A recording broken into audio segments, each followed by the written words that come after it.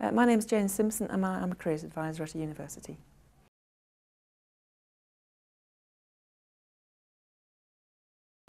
Right, okay, well, the most obvious thing is your contact details, okay, but that shouldn't take up a lot of the space. Occasionally I meet students where their personal details take up half the first page. That's just too much, yeah. So keep that section short. You're always going to have a section on your education, your work experience, maybe technical skills, and additional information. But what I would say is that you've got to think about which order you're going to put those things in. And also sometimes whether you need to split up your work experience. So for example, I'll use media students as an example. If by final year you've done quite a lot of media experience, plus your uni projects, that kind of thing, maybe a summer internship, but also you've got lots of customer service work, if you're then applying for a media job, you've got to think about putting the media things on page 1. So it might be introducing a heading that says media experience. So you're going to group together the most relevant experiences, and then on page 2 you might have a shorter section for your more generic work experience, because that is still really important because it gives you lots of general skills, but it's not as important as the media experience. So I think it's just analysing what you've done and trying to see it from the employer's point of view about what is most important about my experience for that particular employer.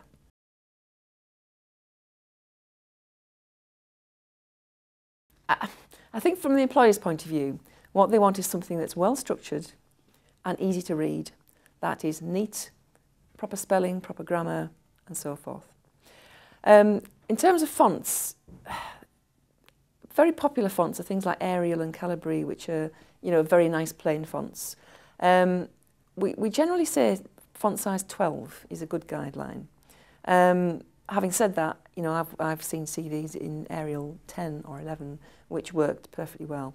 Anything below 10, you are really starting to struggle, and it starts to look a little bit like you're desperate to squeeze things on your CV. So perhaps rather than editing your CV and using slightly bigger font, that's a better thing to do.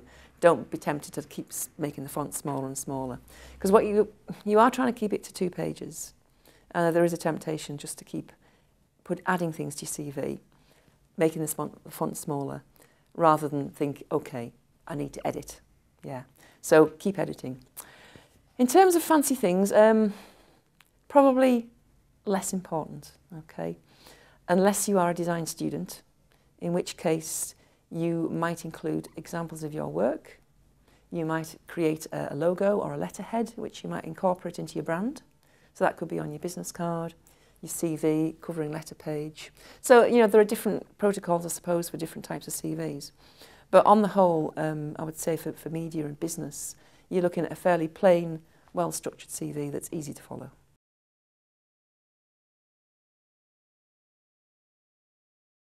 On a CV, I'd say 2 or 3 is the norm, okay? Sometimes an employer will want from a fresh graduate anyway, will want an academic reference. They'll usually want a work reference, which could be your most recent your most recent employer, or it could be your most relevant employer, okay?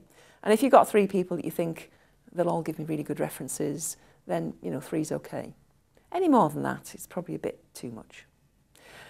Written testimonials, I'd probably say that most employers prefer to contact an employer themselves because they want to make sure it's genuine, so they will contact your referees, maybe send them a pro forma, which they'll get back. Having said that, if you have got a written reference, you could ask a future employer whether you can attach that as part of your application. They might say no, because they might prefer to get it themselves. But if you have got something that's really nice that you want to attach that you think might help market you, then you probably could ask the employer.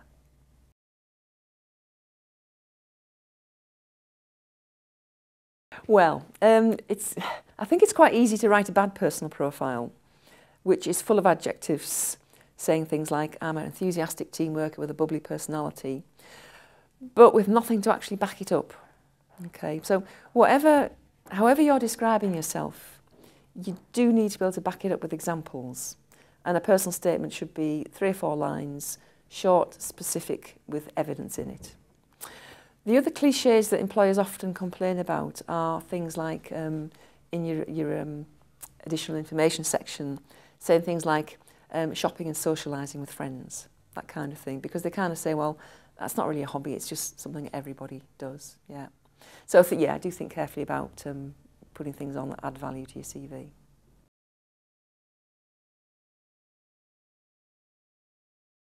I think adding links is a fantastic idea.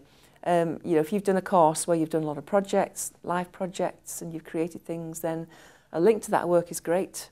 If you've got an online portfolio with perhaps your CV built into that with examples of different types of work, that's a great idea too, because yeah, any portfolio, I suppose, gives an employer a chance to see you putting your skills into practice. And, you know, for example, you were a design student, you would be taking your portfolio along, and it gives you a nice focus to the interview. You can talk about the brief, how you approach the brief, and how you use your creativity and ideas to basically solve a problem, whatever problem that brief addressed. So, yeah, for certain industries, portfolios are pretty crucial.